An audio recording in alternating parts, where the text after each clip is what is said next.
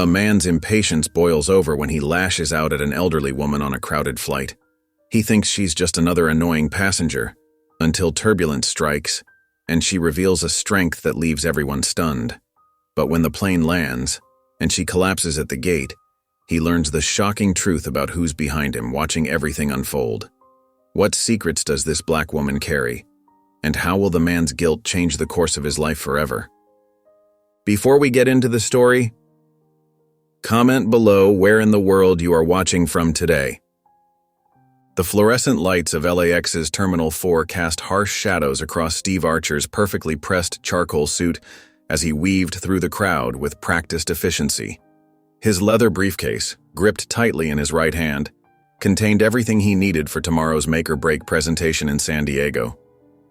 The steady click of his Italian leather shoes against the polished floor matched the rapid-fire pace of his thoughts, each step bringing him closer to what could be the biggest deal of his career. Final boarding call for Flight 1382 to San Diego, the announcement crackled through the terminal speakers, cutting through the constant hum of travelers' conversations. Steve checked his Rolex, 4:45 p.m., right on schedule.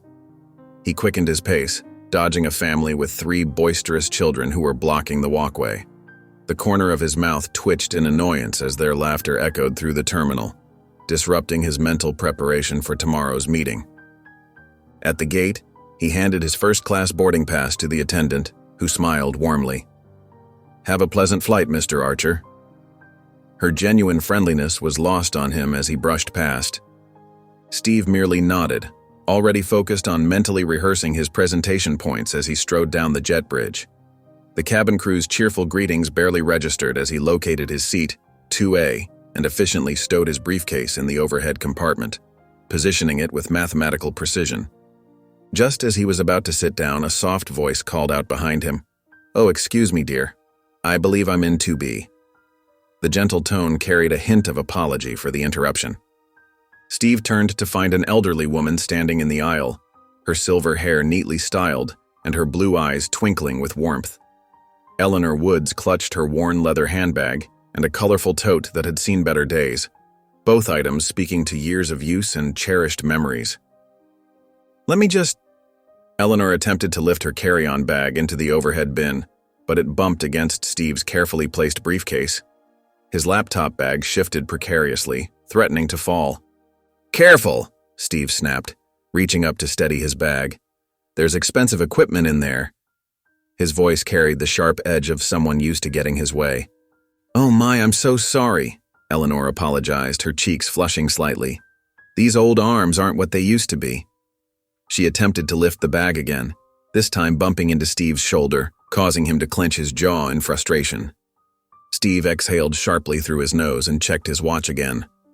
Other passengers were backing up in the aisle behind Eleanor, their impatient shuffling adding to his irritation. "Here," he said curtly, taking her bag and shoving it into the compartment with more force than necessary, the thud earning a few concerned glances from nearby passengers. "Thank you, that's very kind," Eleanor beamed, seemingly immune to his obvious irritation. She settled into her seat, smoothing her modest floral dress. "I'm Eleanor Woods. My goodness, these planes seem to get more crowded every year, don't they?" Her eyes crinkled at the corners with genuine warmth. Steve grunted non-committally as he sat down, immediately pulling out his phone to check his emails, his fingers scrolling rapidly through his inbox. "I'm just returning from the most eventful trip," Eleanor continued, her voice warm and friendly. "You know, it's remarkable how many interesting people you can meet when you're traveling. Why, just yesterday." Steve reached for his noise-canceling headphones, cutting off whatever story Eleanor was about to share. He positioned his laptop carefully on the tray table, despite the seatbelt sign still being illuminated. The sooner he could immerse himself in work, the better. His shoulders tensed with barely contained frustration. Eleanor's voice filtered through even as he adjusted his headphones. "Oh, those look like nice headphones. My grandson has a pair just like them. He's always telling me about the latest technology." Her words carried a hint of longing, as if missing her family. Steve turned up the volume on his classical music playlist and started aggressively typing, his fingers striking the keys with unnecessary force. From the corner of his eye, he could see Eleanor finally settling back in her seat, her perpetual smile never wavering despite his obvious dismissal. She pulled out a well-worn paperback book, but occasionally glanced his way with gentle concern. The plane began its taxi to the runway as Steve stared intently at his screen, determined to ignore the chatty grandmother beside him for the entire hour-long flight to San Diego. The engines hummed to life, drowning out the last whispers of Eleanor's attempted conversation. The plane's engines hummed steadily as it climbed through the clouds, leaving Los Angeles behind. Steve opened his laptop with swift, practiced movements, his fingers already poised over the keyboard. The presentation needed polishing. There were statistics to verify, graphs to adjust, and conclusions to strengthen. His promotion could hinge on tomorrow's meeting, and every detail had to be perfect. But just as he began typing, Eleanor's gentle voice broke through his concentration. "You know, the most remarkable thing happened during my trip," she said, her eyes bright with enthusiasm despite the fatigue evident in her face. "We were helping build a medical clinic in Guatemala, and this little girl—" Steve's jaw tightened as he tried to focus on his screen, his shoulders tensing with each passing second. Eleanor continued, describing how local families had worked alongside volunteers, sharing what little food they had. Her voice was warm and engaging, painting vivid pictures of community and connection, but Steve felt his frustration mounting with each word. "The community spirit there was absolutely incredible," Eleanor went on, her weathered hands gesturing expressively, the silver bracelet on her wrist catching the sunlight streaming through the window. "Even with so little, they gave so much. It really makes you think about what truly matters in life, doesn't it?" Steve's fingers stopped moving across the keyboard.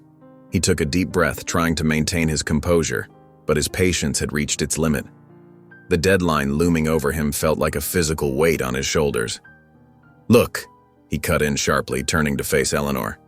"I have an important presentation tomorrow morning, and I really need to work." In silence. The words came out harsher than he'd intended, slicing through the gentle atmosphere Eleanor had created. Her smile faltered, and for a moment, hurt flickered across her face like a shadow. But instead of withdrawing completely, she looked at him with surprising compassion, her kind eyes seeing past his sharp exterior. Her voice was soft but clear when she spoke. "You look like someone carrying too much weight," she observed gently. "You might need more peace than you realize." Before Steve could respond, a male voice spoke from behind them, its quiet authority carrying a clear note of warning. "That's my mother," the man said, leaning forward slightly, his presence suddenly filling the cramped airplane space. "You'd do well to show her some respect." Steve twisted in his seat to see a man about his age, James Woods, he presumed, watching him with steady, disapproving eyes. Though James's tone remained even, there was no mistaking the protective edge in his words, like steel wrapped in velvet. Heat crept up Steve's neck as he realized how his behavior must appear to other passengers. Several nearby had glanced over at his outburst, their faces showing subtle disapproval. He was used to commanding respect in boardrooms and business meetings, but here, crammed into economy class and snapping at a kind elderly woman, he suddenly felt small and mean-spirited. Eleanor patted her son's hand where it rested on her seat back, her touch carrying years of maternal wisdom. "It's all right, James," she said softly. "Everyone has their burdens." She then picked up the dog-eared in-flight magazine from the seat pocket, giving Steve the silence he'd demanded so ungraciously. Steve turned back to his laptop, but the words on his screen seemed to blur together, dancing mockingly before his eyes. The steady click of his keyboard felt hollow now, each keystroke a reminder of his outburst. He told himself to focus. This presentation could mean a promotion after all, but his mind kept drifting back to Eleanor's words about peace and James's quiet rebuke. The air between them felt thick with unspoken words. Pushing aside the nagging feeling of guilt, Steve straightened his shoulders and forced his attention back to the spreadsheets before him. Work was what mattered, he reminded himself firmly. Everything else was just a distraction. Still, as the plane cruised through the afternoon sky, The silence he'd insisted upon felt heavier than he'd expected, weighing on him like an invisible blanket of regret. The cabin lights flickered as the captain's voice crackled over the intercom. "Ladies and gentlemen, we're expecting some turbulence ahead. Please return to your seats and fasten your seatbelts." Steve's hands instinctively gripped the armrests, his knuckles whitening. He tried to maintain his professional demeanor, but beads of sweat formed on his forehead. His jaw clenched tight as he fought to control his rising panic. Eleanor glanced over, noting the subtle changes in his expression. The corners of her mouth turned down with concern as she watched him struggle. "Flying can be nerve-wracking," she said softly. "Would you like to—" "I'm fine," Steve cut her off sharply, keeping his eyes fixed straight ahead. The plane shuddered, and his grip tightened further, his fingernails digging into the worn fabric of the armrests.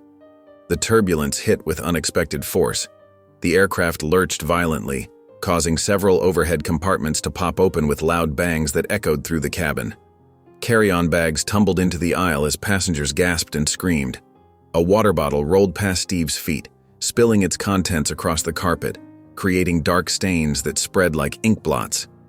Across the aisle, a young woman in a floral dress began to sob uncontrollably. Oh God, she repeated, her mascara running down her cheeks in dark rivulets. Without hesitation, Eleanor leaned across the aisle, extending her hand to the frightened stranger, her movement steady despite the plane's constant shaking. "Here, dear, take my hand," Eleanor said, her voice steady and warm. "I'm Eleanor. What's your name?" "Sarah," the woman choked out between sobs, grabbing Eleanor's offered hand like a lifeline. "Sarah, look at me," Eleanor continued, her tone gentle but firm. "That's it. Now let's breathe together. In through your nose, out through your mouth. Just like that." Her thumb moved in small, comforting circles on the back of Sarah's hand. Steve watched this exchange from the corner of his eye, trying to distract himself from another violent shake of the plane. That's when he noticed Eleanor's other hand clutching a small silver medallion that hung from her neck. Despite her outward calm, her fingers trembled as they gripped the piece of jewelry. The metal caught the cabin light, revealing what looked like an inscription, though Steve couldn't make out the words. The chain swayed with each bump and dip of the aircraft.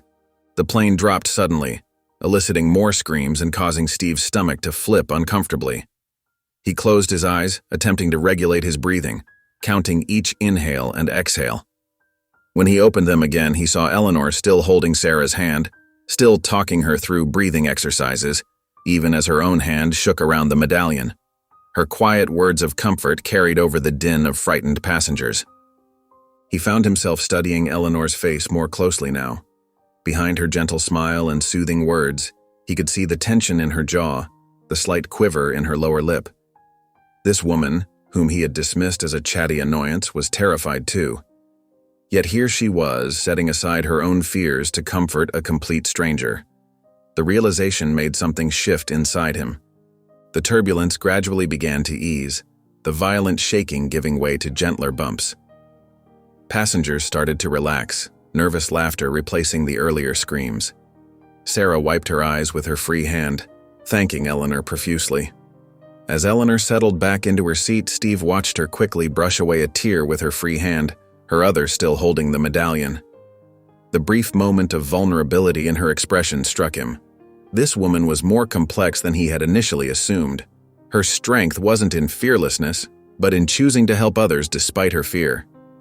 Steve felt an unfamiliar sensation in his chest, a mix of admiration and shame that made his throat tight. He opened his mouth to say something, but the words wouldn't come. Instead, he sat in silence, stealing glances at the remarkable woman beside him, who had shown such strength in the face of her own fears. The incident had revealed something about Eleanor that made him question his hasty judgments, and for the first time since boarding he felt a twinge of regret at his earlier dismissiveness. The plane steadied itself as the last remnants of turbulence faded away. In the newfound quiet, Steve found his racing heart beginning to slow. He loosened his death grip on the armrests, flexing his stiff fingers one by one until feeling returned to his white knuckles. That's when he caught sight of Eleanor from the corner of his eye. She sat perfectly still, gazing out the window at the vast expanse of clouds below, her reflection ghost-like against the darkening sky. The setting sun cast a golden glow across her face, highlighting the silent tears that rolled down her weathered cheeks. With trembling fingers, she quickly dabbed at her eyes with a worn tissue she pulled from her sleeve, the paper thin and soft from repeated use. The sight stirred something unexpected in Steve's chest, a feeling both foreign and achingly familiar. Just minutes ago, this woman had been a pillar of strength, comforting strangers while battling her own fears. Now in this private moment, her vulnerability was painfully apparent, like a crack in carefully maintained armor. Eleanor must have sensed his attention because she turned to meet his gaze. Instead of embarrassment at being caught in an emotional moment, she offered him a gentle smile that reached her tired eyes, creating a web of kind wrinkles at their corners. "Sometimes life throws us around to remind us what matters," she said softly, her voice carrying a weight of wisdom that made Steve's throat tighten. The words hung between them like a bridge he didn't know how to cross, heavy with meaning and possibility.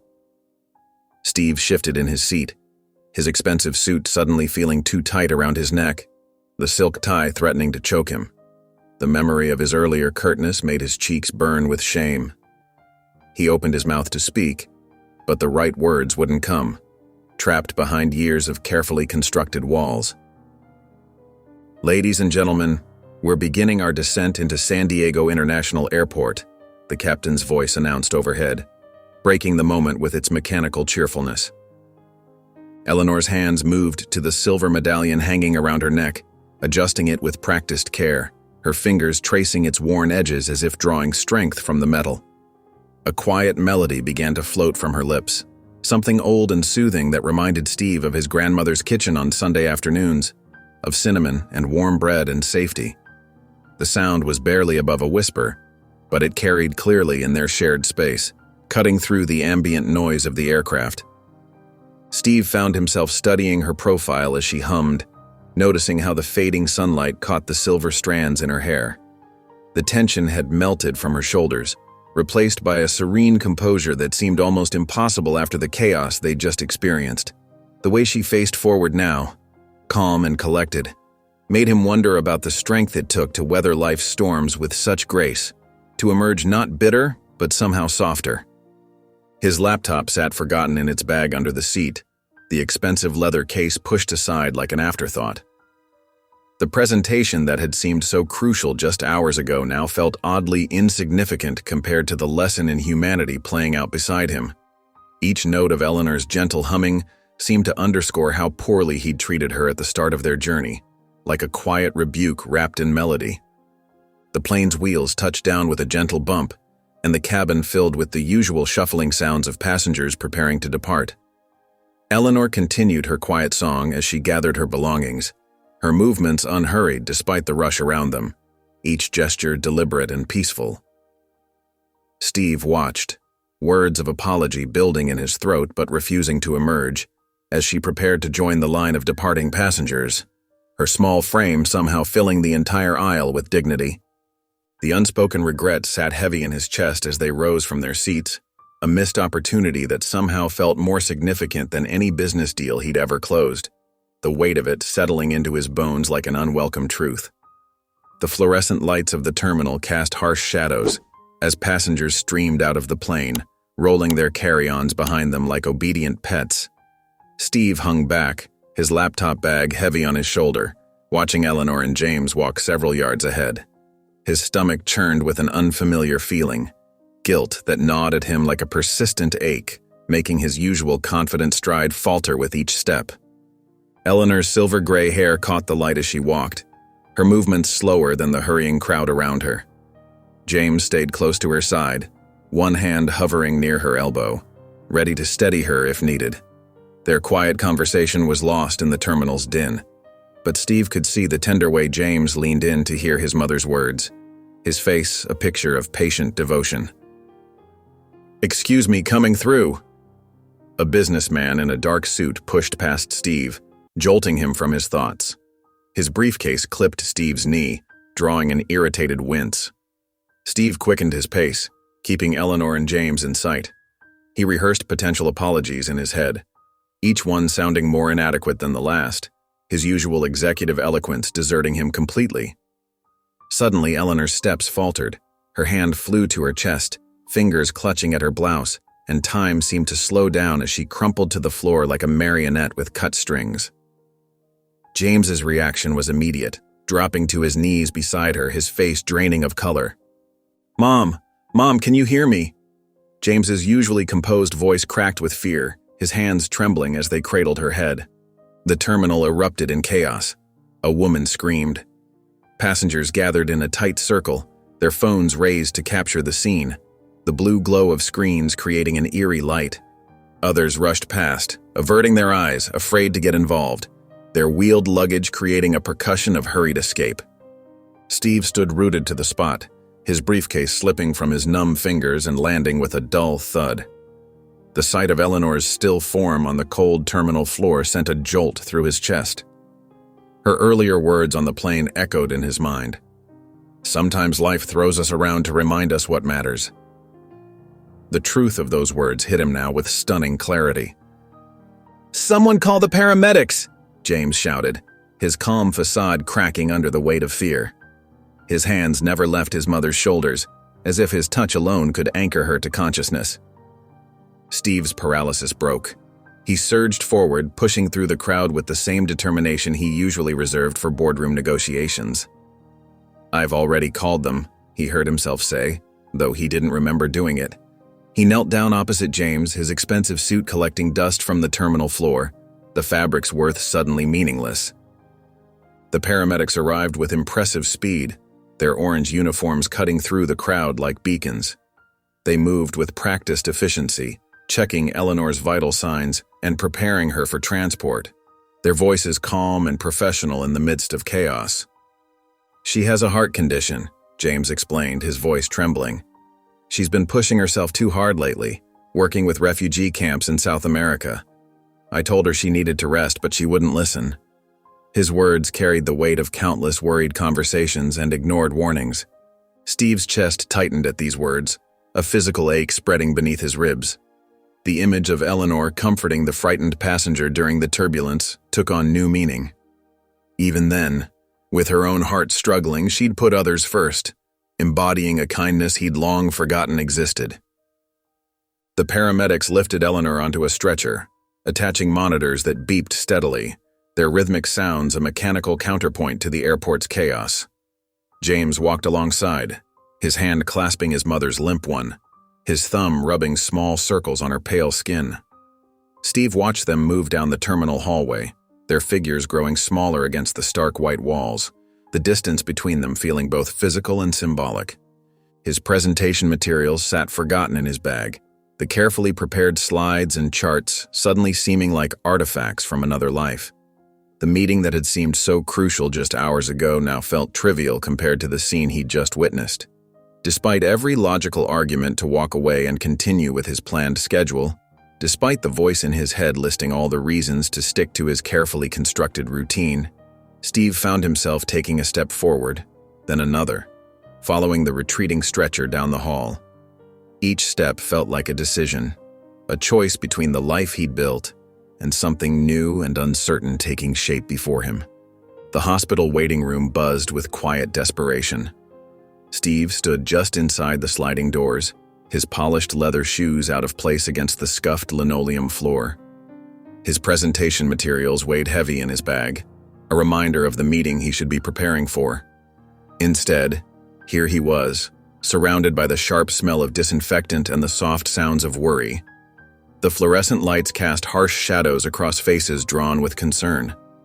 Children sprawled across worn chairs, some crying, others sleeping against their parents' shoulders.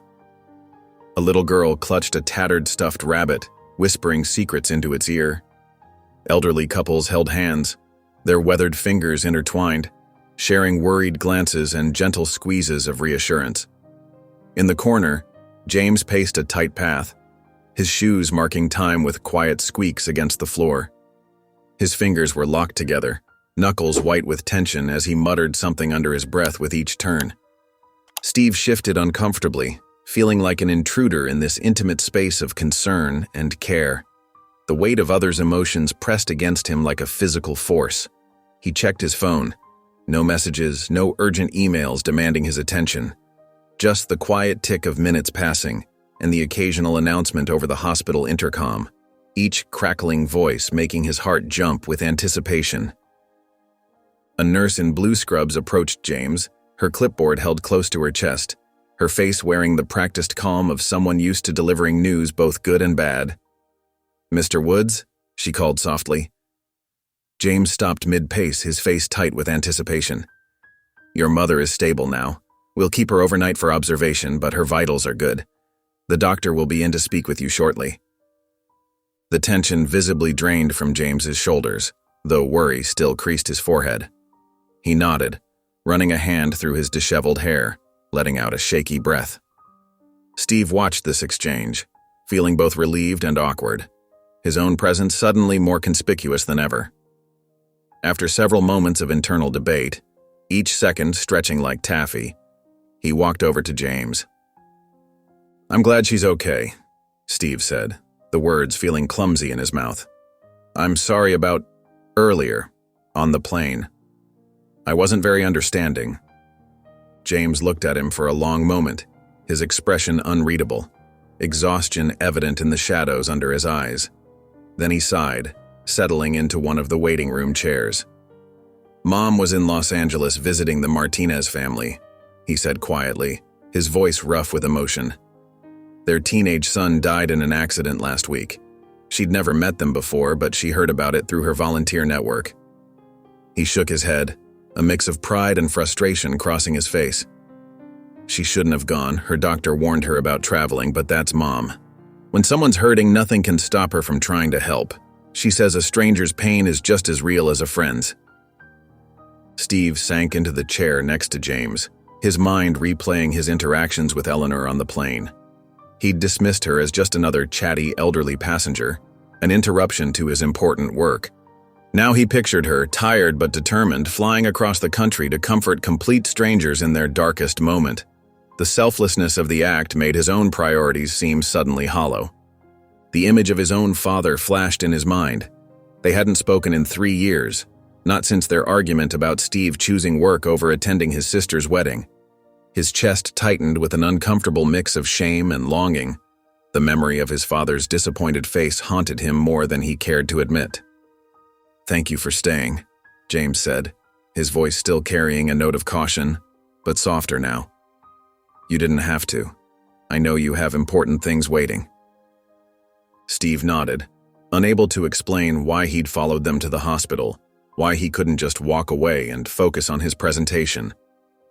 Something about Eleanor's kindness, even in her own moment of crisis, had touched a part of him he'd thought long buried.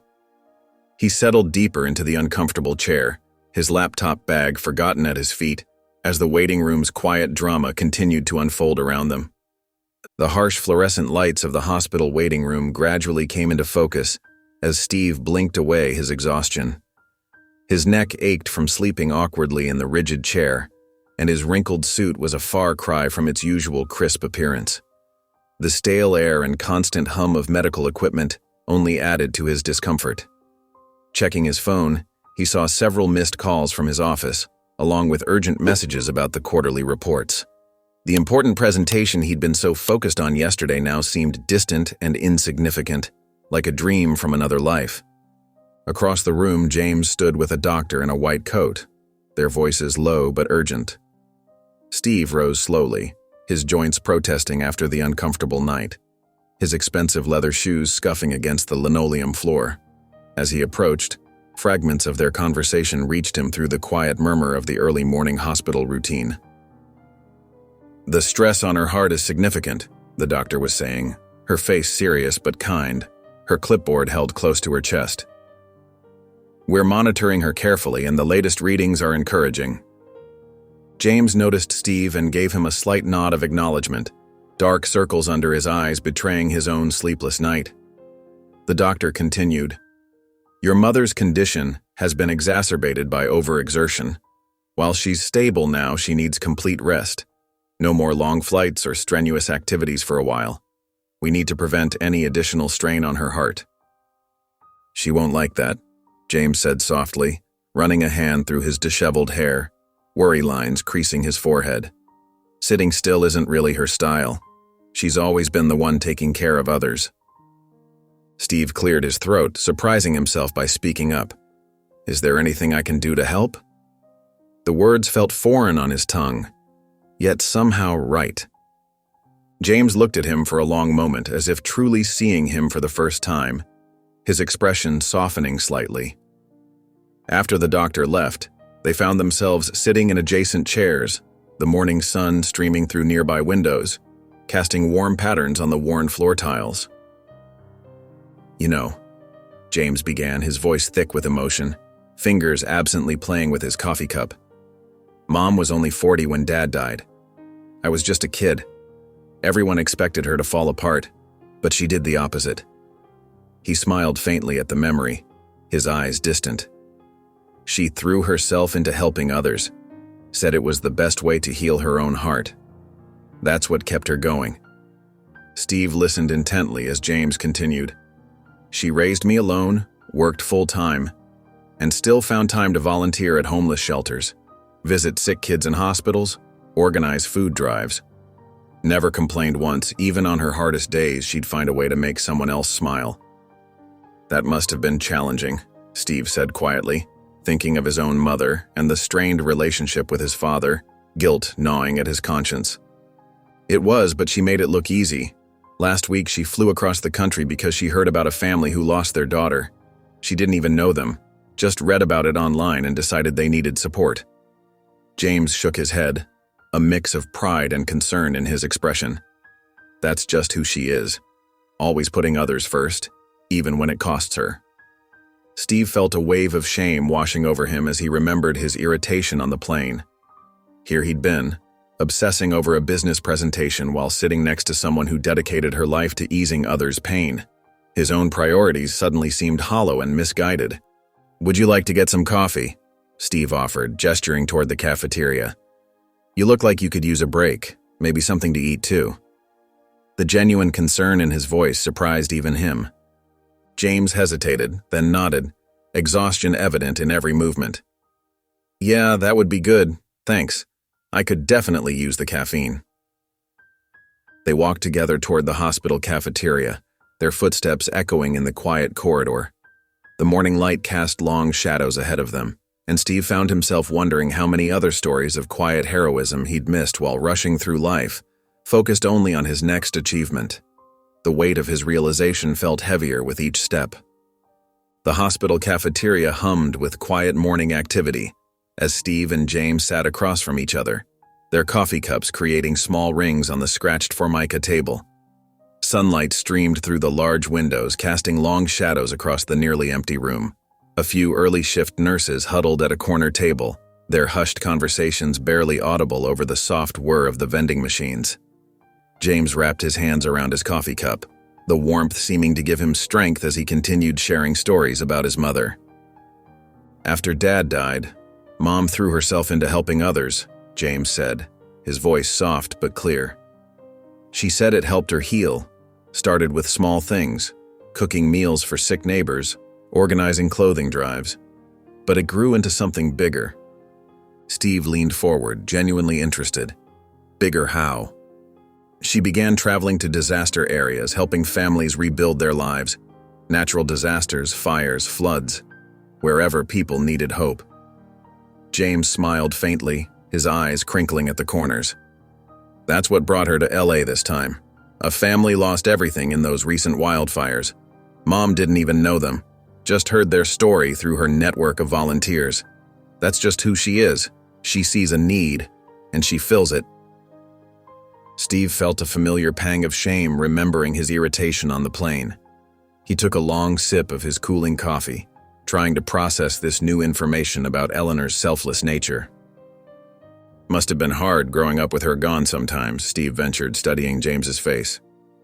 James shook his head emphatically. That's the thing about Mom.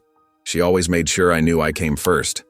Worked 3 jobs when I was young, but never missed a single baseball game. His eyes grew distant with memory, a mix of pride and love evident in his expression. She taught me that true strength isn't about power or money. It's about showing up for people, being there when it matters most. The words hit Steve like a physical blow, forcing him to confront his own choices.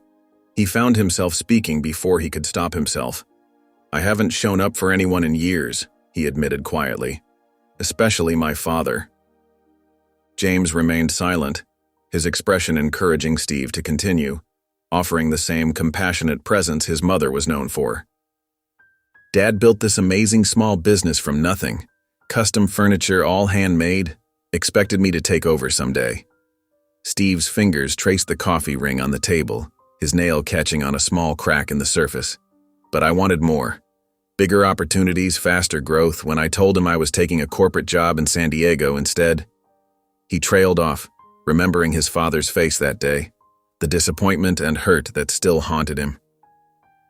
"He didn't take it well?" James prompted gently, leaning forward slightly. "He said I was choosing money over family, over tradition."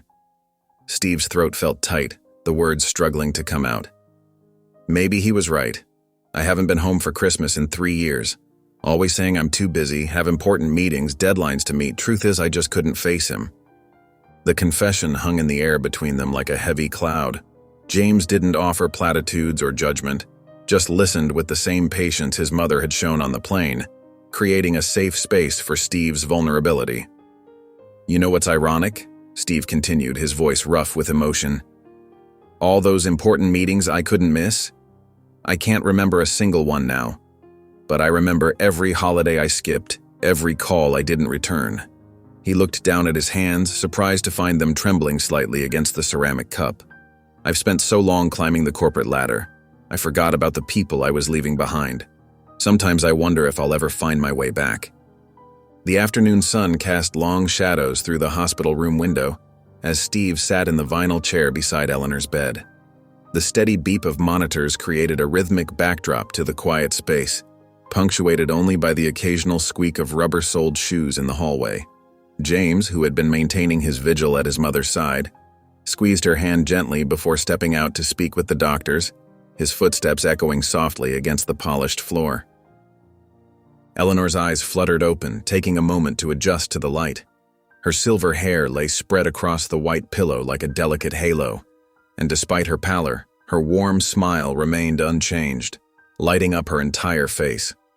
"Steve," she said, her voice barely above a whisper, cracked with fatigue but filled with genuine warmth. "You stayed." Steve shifted in his chair, the vinyl creaking beneath him, feeling simultaneously out of place and exactly where he needed to be. "I did," he replied simply, surprised by the emotion that threatened to crack his usually composed voice. Eleanor's thin fingers traced the edge of her blanket as she gathered her strength to speak, the pale blue hospital blanket folding beneath her touch. "Life has a funny way of bringing people together, doesn't it?" She paused, taking a careful breath that made her chest rise and fall slowly. "When my Harold passed away, I thought my world had ended. James was only 8. Steve leaned forward, drawn in by the quiet strength in her voice, his elbows resting on his knees. Eleanor's eyes grew distant with memory as she continued. "We had no family nearby, and suddenly I was alone with a young boy who'd just lost his father. Those first few months were—" She shook her head slightly, the movement barely disturbing her pillow. "They were dark." She adjusted herself against the pillows, her movements careful and measured, like a delicate bird settling its wings. But then something remarkable happened. Our neighbors started bringing casseroles. Church members offered to watch James after school. Complete strangers reached out with kindness. Her eyes brightened as she spoke, a spark of life returning to her tired features. That's when I realized, pain connects us all, but so does compassion. Steve listened intently as Eleanor described her gradual transformation from a grieving widow to a beacon of hope for others. Her voice grew stronger with each word as she spoke of small beginnings. Organizing meal trains for new mothers, visiting elderly neighbors, volunteering at the local shelter. Then came bigger steps, joining disaster relief efforts, traveling to communities in crisis, offering comfort to strangers in their darkest moments. her dedication growing with each new challenge she embraced. "Every person I helped," she said, her voice growing stronger with conviction, her hands gesturing slightly to emphasize her words, "was like a stitch healing my own heart. The more I gave, the more whole I felt." Steve felt something shift inside him as he absorbed her words, like a key turning in a long-rusted lock. His own life choices, the missed family gatherings, the ignored phone calls from his father, the relationships sacrificed for career advancement, suddenly seemed hollow in comparison to Eleanor's rich tapestry of human connections. The weight of missed opportunities settled heavily on his shoulders. Eleanor must have noticed something in his expression because she reached out and patted his hand with surprising strength, her touch warm and reassuring against his skin. "We all find our way in our own time, Steve. The important thing is to keep our hearts open to the possibility of change." Before Steve could respond, James returned to the room, his quiet footsteps drawing their attention. Eleanor's face lit up at the sight of her son, the love between them palpable in the air, and she gave his hand a reassuring squeeze as he resumed his place beside her. Steve stood quietly, his mind full of Eleanor's words and his heart heavy with newfound understanding, and made his way to the door, forever changed by the wisdom of this remarkable woman. The afternoon sun caught his face as he stepped into the hallway, warming him with the promise of transformation. The fluorescent lights of the hospital cafeteria cast a harsh glow over the nearly empty room. Steve and James sat across from each other at a corner table, their coffee cups half empty and cooling. The rhythmic hum of vending machines filled the comfortable silence that had settled between them. A cleaning cart squeaked past in the hallway outside, its wheels echoing against the polished floors. James stirred his coffee absently, then looked up at Steve. "Why did you stay?" he asked quietly. Most people would have walked away after the flight. His eyes were kind but searching, genuinely curious about what had changed in the driven executive he'd met just hours ago.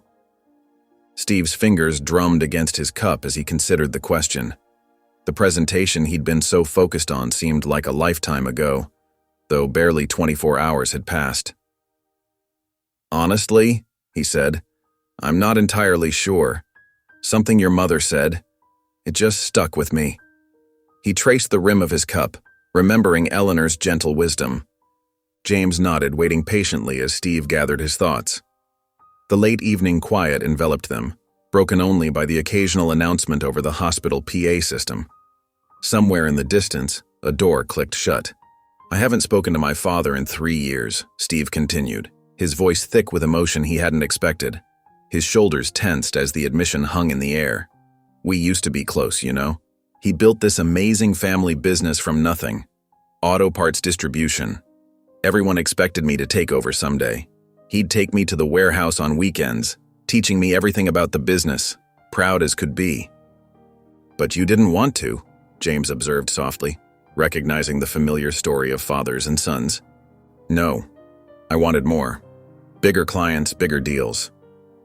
Steve's laugh was hollow, bitter with regret. "I remember the day I told him I'd accepted a position with Marshall and Reed. He just stood there in his office, surrounded by all these family photos, didn't say a word, just stared at me like I was a stranger." James leaned back in his chair, his expression thoughtful. "That must have been difficult for both of you." His own experience with loss made him particularly attuned to the pain in Steve's voice. "The thing is," Steve continued, running a hand through his disheveled hair, "I kept telling myself I'd fix it later. There'd always be time after the next big deal, after the next promotion. I missed Christmas last year because of a merger, didn't even call." His voice cracked slightly. "My mother sent me photos of them celebrating without me. Dad was wearing the sweater I gave him 2 Christmases ago. He kept it." "Time has a way of slipping through our fingers," James said, his words carrying the weight of personal experience. "But it's never too late to reach out, Steve.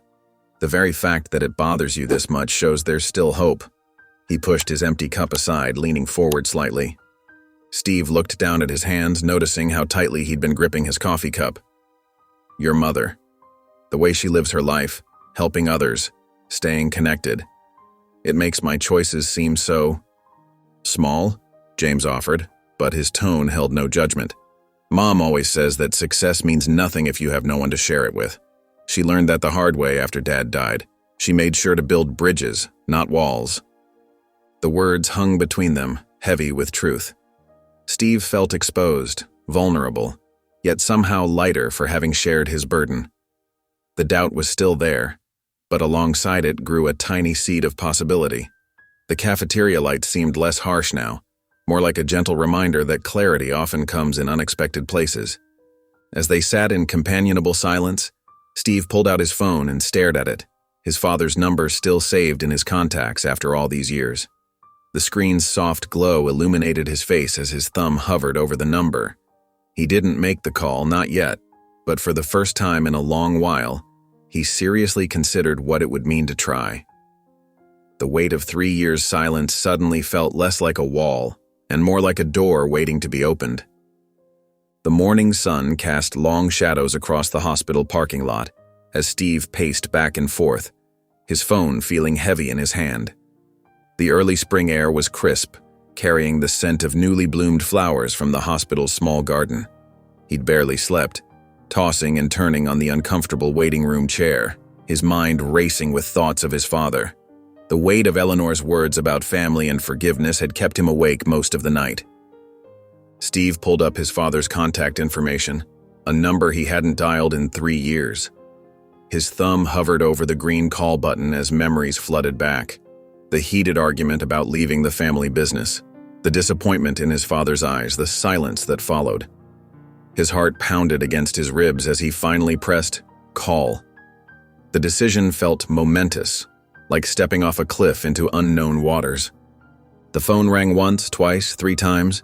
Steve's throat tightened with each ring. Just as he was about to hang up, a gruff voice answered, "Hello?" The familiar sound of his father's voice made Steve's stomach clench. "Dad?" Steve's voice cracked slightly. "It's me, Steve." He gripped the phone tighter, knuckles turning white. A heavy pause filled the line. "What do you want?" His father's tone was cold, defensive, laden with years of hurt. I've been doing some thinking," Steve began, running his free hand through his disheveled hair. "Maybe it's time we talked about things." His words felt inadequate, too simple for the mountain of issues between them. "Now you want to talk?" His father's bitter laugh cut through the connection. "After 3 years of nothing? After walking away from everything we built?" The words carried the sting of old wounds reopened. Steve felt his face flush with frustration. "Dad, please, I'm trying here." "Trying? Where was this trying when your mother was sick, when the business needed you?" Each question landed like a punch. "You chose your fancy corporate life over family, Steve. You made that choice clear as day." The accusation in his father's voice was sharp as broken glass. "That's not fair," Steve protested, his old defenses rising. "I had my own dreams, my own path." His free hand clenched into a fist at his side. "Your own path," his father interrupted. "Always about you, isn't it? Well, you got what you wanted. Hope it was worth it." The line went dead before Steve could respond, leaving him with nothing but dial tone and regret. Steve stared at his phone, his hands shaking slightly. The morning sun suddenly felt too bright, too harsh. He walked back into the hospital, his footsteps echoing in the quiet corridor. Near the elevator, he ran into James, who immediately noticed his troubled expression. Dark circles under Steve's eyes betrayed his sleepless night. "Everything okay?" James asked, concern evident in his voice. His steady presence was a stark contrast to Steve's agitation. Steve forced a tight smile. "Yeah, fine, just needed some air." He brushed past James, heading for the cafeteria, needing space to process what had just happened. The smell of antiseptic and stale coffee followed him down the hallway. In the empty cafeteria, Steve slumped into a chair, the failed conversation playing on repeat in his mind. Maybe some bridges couldn't be rebuilt. Maybe some mistakes left permanent scars. The hope he'd felt yesterday seemed naive now, crushed under the weight of years of unresolved anger and hurt. The fluorescent lights hummed overhead, casting harsh shadows on his face. He sat there watching his coffee grow cold, wondering if trying to fix things had only made them worse. The distance between him and his father felt greater than ever, a chasm too wide to cross with just a phone call and good intentions. The morning light streaming through the cafeteria windows seemed to mock his failure, highlighting the solitude of his position. The afternoon sun filtered through the hospital windows, casting long shadows across the sterile hallway where James stood, his shoulders tense as he listened to the doctor's update. Steve watched from a few feet away, noting how James's usually steady hands trembled slightly at his sides. "We've detected some irregularities in your mother's latest tests," the doctor explained, his voice gentle but firm. "Her heart function has decreased since this morning. We need to run a more comprehensive series of tests to understand what we're dealing with." James's composure cracked just slightly, a slight quiver in his lip, a rapid blink of his eyes. "How serious is it?" he asked, his voice barely above a whisper. Steve felt like an intruder witnessing this private moment, but couldn't bring himself to walk away. The raw emotion in James's voice struck a chord deep within him. In Eleanor's room, the machines beeped steadily as she lay propped up against white pillows. Despite the gravity of the situation, she maintained her characteristic warm smile. "James, sweetheart," she called out softly, "come sit with me." James moved to her bedside, taking her hand in his. His voice cracked as he spoke. "Mom, I can't lose you." "Oh, my boy." Eleanor's voice was tired but steady. "Life gives us these moments not to break us, but to show us how strong we are." She squeezed his hand, her silver medallion catching the light as it rested against her hospital gown. Steve stood in the doorway, watching their interaction. He thought about his own father, about their last conversation that morning.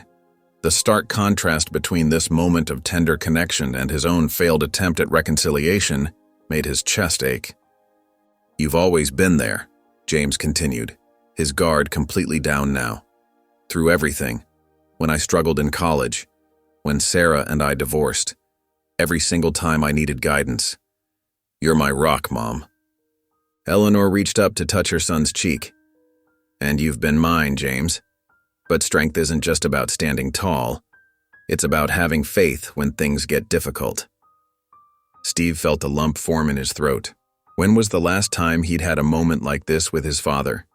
Had they ever? He thought about all the missed opportunities, the phone calls not made, the holidays spent at the office instead of home. The doctor returned with paperwork for additional tests, and James straightened up, trying to regain his composure.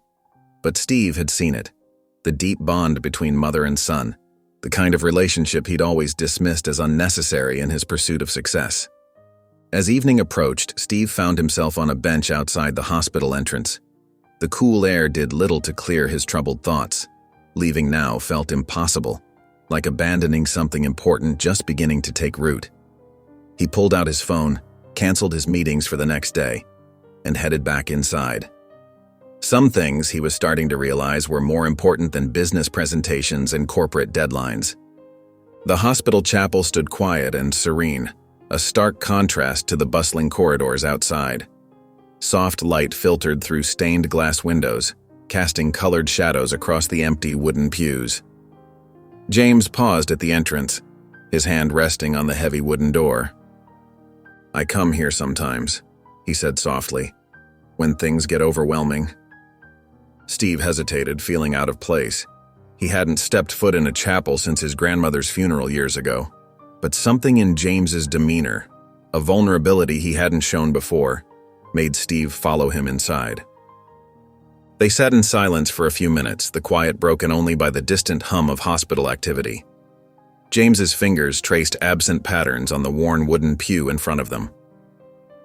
"You know," James began, his voice barely above a whisper, "I've always thought I was ready for this moment. Mom's been preparing me for years, talking about mortality, about carrying on her work." His voice cracked slightly. "But I'm not ready. I don't think I'll ever be ready to lose her." Steve watched as James pulled out his wallet and removed a worn photograph. It showed a much younger Eleanor, holding a small boy's hand at what appeared to be a school event. "After Dad died, she never let me see her cry," James continued. She'd wait until she thought I was asleep, but I could hear her sometimes. Yet every morning she was up early, making breakfast, helping me with homework, working 2 jobs to keep us afloat. He carefully returned the photo to his wallet. She never complained, never gave up. She turned her grief into something beautiful, helping others, spreading kindness wherever she went. Steve felt a familiar ache in his chest. I walked away from my father's dream, he admitted, surprising himself with his candor.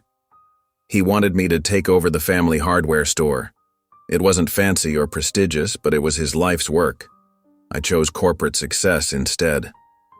He stared at his hands, remembering the day he'd told his father he was leaving for a job in the city. I thought I was choosing a better path, but all I did was break something that might be impossible to fix. James nodded slowly. Mom always says that nothing's truly broken as long as there's life and will to mend it. Your mother... Steve paused, choosing his words carefully. She has this way of seeing right through to the heart of things. When we first met on the plane, I was so focused on my presentation, my career, my success. But she saw something else, something I didn't want to acknowledge. She does that, James said with a sad smile. She sees the best in people, even when they can't see it themselves. In the gentle quiet of the chapel, Steve felt the weight of his choices more keenly than ever. Yet somehow, sharing this moment with James, the burden felt different. Not lighter, exactly, but more manageable.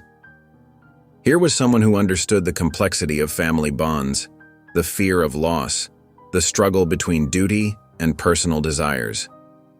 As they sat there, the chapel's peace enveloping them, Steve made a silent promise to himself. He would stay, would support James through whatever came next. For the first time in years, he felt a sense of purpose that had nothing to do with corporate success or personal achievement. Sunlight streamed through the hospital room window, casting a warm glow across Eleanor's bed. Despite her pale complexion and the IV lines trailing from her arm, she sat upright, her eyes bright with their usual warmth. When Steve and James entered, her face lit up with a gentle smile that seemed to make the sterile room feel more like home. "Good morning, boys," she said, her voice stronger than the previous day. Her gaze lingered on Steve, and something in her expression told him she noticed the change in him, the way his shoulders had loosened, how his usual sharp business demeanor had softened. James pulled up chairs for both of them, and they settled in beside her bed. The morning sun caught Eleanor's silver medallion, which lay carefully placed on her bedside table. "You know," Eleanor began, smoothing her blanket with weathered hands, "life has taught me something precious over the years." She paused, looking between the two men. "We often think strength means holding on, to anger, to pride, to old hurts, but true strength, it's in letting go." Steve felt his throat tighten. He fidgeted with his watch, a nervous habit he thought he'd broken years ago. "When I lost my husband," Eleanor continued, reaching for James's hand, "I could have chosen bitterness. It would have been so easy."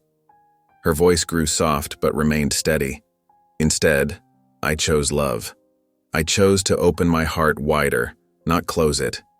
Every person we help, every hand we hold, every moment we choose kindness. It's like lighting another candle in the darkness." James squeezed his mother's hand, his eyes shining with pride and love. Steve watched their interaction, feeling both touched and slightly envious of their close bond. "The world can feel overwhelming," Eleanor acknowledged, her wise eyes meeting Steve's. "Sometimes we build walls to protect ourselves, thinking they'll make us stronger. But those same walls that keep hurt out also keep love away." Steve felt exposed, as if Eleanor could see straight through to his carefully guarded heart. Her words seemed to speak directly to the fortress he'd built around himself, the relationships he'd sacrificed for success. "Mom has always said that forgiveness isn't about the other person," James added quietly. "It's about freeing yourself." Eleanor nodded, her smile gentle. "Exactly. Every connection we make, every bridge we build instead of burn, that's where real strength lies. In opening our hearts even when we're scared. in reaching out, even when we've been hurt. Steve thought about his father, about their failed phone call, about years of silence and stubbornness on both sides. For the first time, he wondered if his father's gruffness might mask pain similar to his own.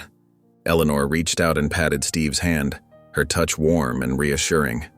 "You're stronger than you think," she said softly, her words carrying the weight of deep understanding. Steve looked at her hand on his, weathered but strong, and felt something shift inside him. A wall beginning to crumble, a door starting to open. As he left the room later, Eleanor's words echoed in his mind, both a comfort and a challenge. Steve sat alone in the hospital cafeteria, absently stirring his now cold coffee. The harsh fluorescent lights cast shadows across the empty tables around him, matching his contemplative mood. His phone buzzed, drawing his attention from the swirling liquid. When he saw his father's name in his email notifications, his heart skipped a beat. For several long moments, he just stared at the notification, his finger hovering uncertainly over the screen. Finally, taking a deep breath, he opened the email. "Dear Steve," the letter began. "I've written this email 100 times in my head over the years, but pride always held me back. Your call yesterday made me realize I can't keep letting that pride stand between us." Steve's hands trembled slightly as he continued reading. His father's words were raw and honest, describing how watching Steve leave the family business felt like losing not just an heir, but a son. He admitted that his disapproval had been rooted in fear of losing the connection they once shared, fear of becoming irrelevant in Steve's life, and most of all, fear that Steve's independence meant he no longer needed his father. "I was wrong," the letter continued. "Instead of supporting your dreams, I let my own insecurities push you away. Every missed holiday, every unanswered call, they're like weights on my heart. I'm sorry, son. I'm sorry for not being the father you needed me to be." Steve had to pause, his vision blurring with unexpected tears. He wiped them away quickly, grateful for the cafeteria's emptiness. The words seemed to unlock something inside him, years of buried hurt and longing rising to the surface. When James entered the cafeteria, Steve waved him over, needing to share this moment with someone who might understand. James read the letter quietly, his expression thoughtful. "Your father's taking the first step," James said, handing the phone back. "That takes courage." "I don't even know how to respond," Steve admitted, running a hand through his hair. "Part of me is relieved, but another part—" He trailed off, struggling to articulate the complex mix of emotions churning inside him. "It's okay to feel conflicted," James said, his voice gentle but firm. "Reconciliation isn't like flipping a switch. It's more like building a bridge, one careful step at a time." Steve nodded, pulling up a blank email. He started typing, then deleted the words, then started again. Each attempt felt inadequate to express the years of unspoken feelings between him and his father. "Maybe sleep on it," James suggested, noting Steve's frustration. "Sometimes the right words come easier with time." Steve saved the draft, knowing James was right. The letter had cracked open a door he thought permanently closed, but walking through it would take careful consideration. For now, he allowed himself to feel something he hadn't experienced in years regarding his father: hope. The morning sun streamed through the hospital window, casting a warm glow across Eleanor's room. Steve found her sitting up in bed, her silver hair neatly combed and her eyes bright with renewed energy. The sight of her improvement lifted his spirits immediately. "Good morning," Eleanor said, her voice stronger than it had been in days. "You look different today, Steve. There's something lighter about you." Steve pulled up a chair beside her bed, aware of James's presence on the other side. "I got a letter from my father," he said, his voice catching slightly. "An email, actually. He wants to make things right." Eleanor's face lit up with a knowing smile. "Sometimes the universe has its own timing," she said, reaching out to pat his hand. "Tell us about it." Steve shared the contents of his father's email, how his father had admitted his pride had gotten in the way, how fear of losing his son had made him push harder instead of understanding. As he spoke, his voice grew steadier, more confident. Nah, I'm thinking of visiting him after the conference, Steve admitted. It's been 5 years since I've seen him in person. That takes courage, Eleanor said, her eyes twinkling. Taking the first step toward healing is like jumping into deep water. Scary at first, but then you realize you can swim. James leaned forward in his chair. I remember when I had to rebuild my relationship with my best friend after a falling out, he shared. It wasn't easy, but it was worth every uncomfortable moment. Would you like some help preparing for the visit? Steve nodded gratefully. I'd appreciate that. I keep drafting replies to his email, but nothing seems right. Sometimes, Eleanor added, the perfect words matter less than the genuine intention behind them. Your father has opened the door. Now you just need to walk through it. They spent the next hour talking through Steve's fears and hopes. James offered practical advice about managing expectations and staying grounded, while Eleanor shared her wisdom about forgiveness and new beginnings. Remember, she said, reconciliation is like building a bridge. You lay one plank at a time, test each step, and gradually trust it to hold your weight. Steve felt his chest tighten with emotion, but for once he didn't try to push it away. I never thought I'd find this kind of support in a hospital room, he admitted. Thank you both. When Steve finally stood to leave for a short break, he felt steadier than he had in years. In his pocket, his phone held the draft of his reply to his father. For the first time, he believed he could find the right words to begin healing their relationship.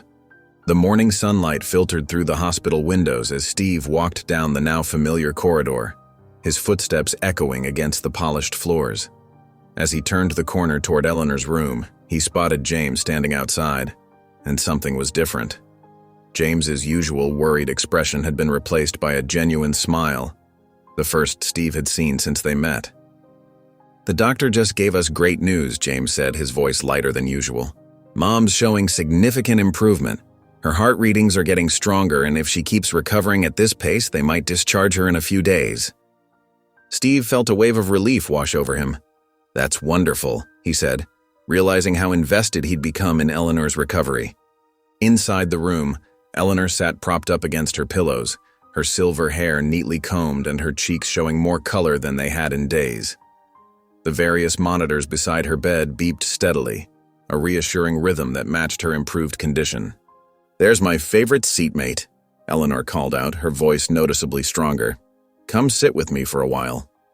Steve settled into the chair beside her bed, noting how much more alert and energetic she seemed. Thank you, Steve, she said, reaching for his hand. For staying with us through all of this. I see something different in you now. Something has shifted. Steve nodded, feeling a warmth spread through his chest. I've decided to visit my father, he admitted. After everything that's happened here after seeing you and James. He paused, gathering his thoughts. I realize I can't wait any longer to try and make things right. Eleanor's face lit up with pride. That takes real courage, she said softly. The kind of courage that comes from the heart. James joined them, pulling up another chair. The tension that had marked their early interactions had dissolved completely. Eleanor's eyes twinkled as she looked between them. You know, she said, this reminds me of something that happened years ago. She launched into a story about a mishap during one of her humanitarian missions, involving a lost suitcase and a goat. Her storytelling had both men laughing, the sound filling the hospital room with unexpected joy. Steve couldn't remember the last time he'd felt so at ease, so connected to others. The corporate presentations and deadlines that had consumed his thoughts just days ago seemed distant and somehow less important now. Watching Eleanor and James together, seeing their deep bond and unwavering support for each other, he felt a profound appreciation for what they'd shown him about love, family, and forgiveness.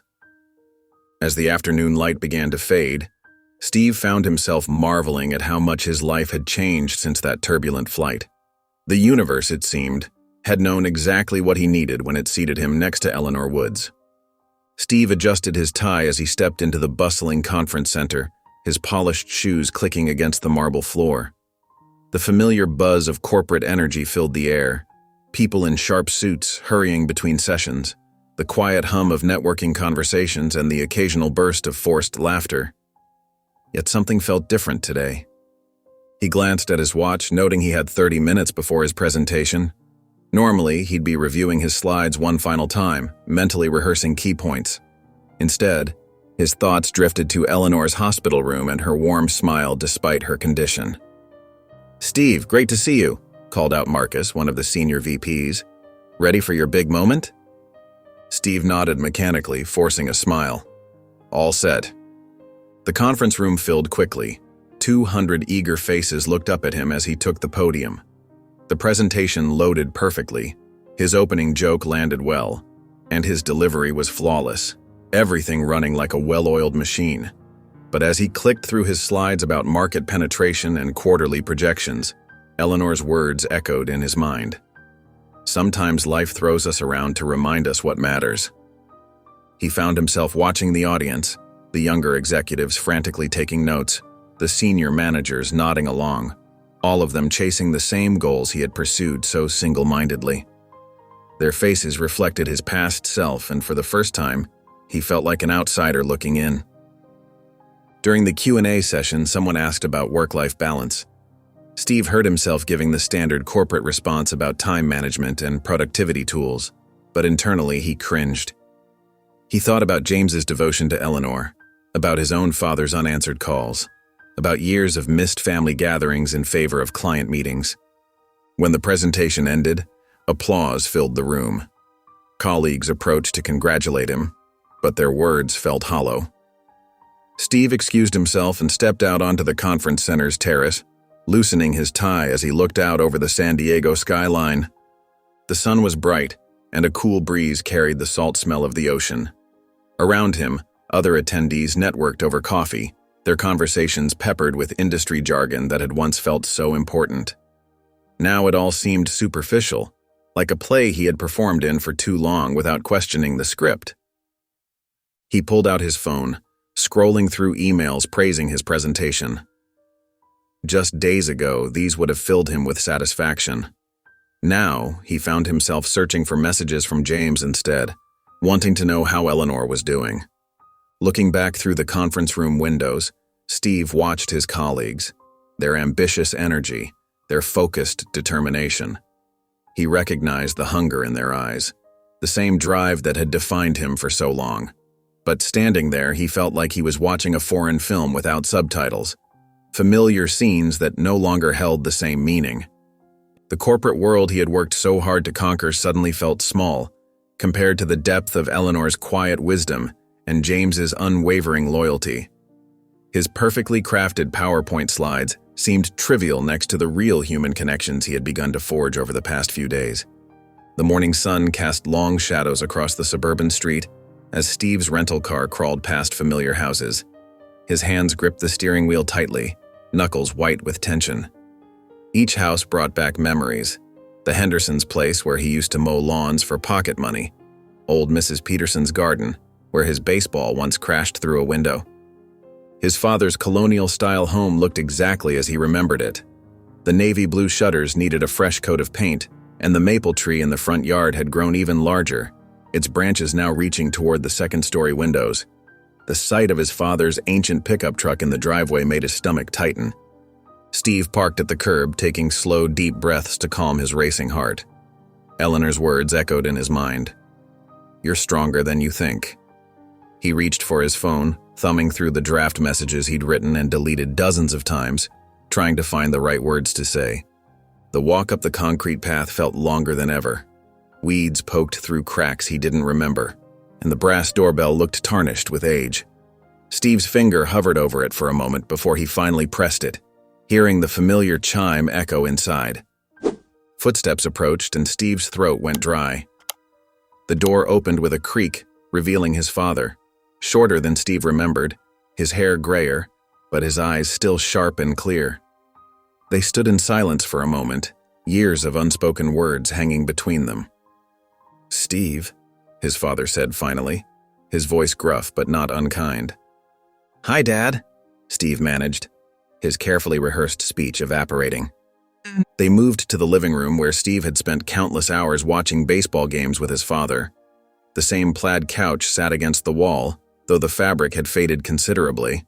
Family photos still lined the mantel, including one of Steve's high school graduation, the last time they'd truly celebrated together as family.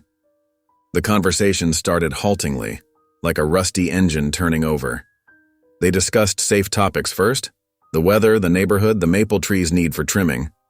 But gradually, the words began to flow more freely. "I'm sorry," Steve said finally, his voice thick with emotion. "I should have handled things differently when I left for corporate. I was young and I thought I knew everything." His father sat quietly for a moment, fingers drumming on his armrest. "I wasn't exactly making it easy for you," he admitted. "I had this vision of you taking over the business, carrying on the family name. When you chose a different path," he shook his head, "I let my pride get in the way of being your father." The honesty in his father's voice struck Steve deeply. They continued talking, sharing their perspectives on the past, acknowledging hurts and expressing regrets. It wasn't perfect. Years of distance couldn't be bridged in a single conversation, but it felt like a beginning. As Steve prepared to leave, his father walked him to the door.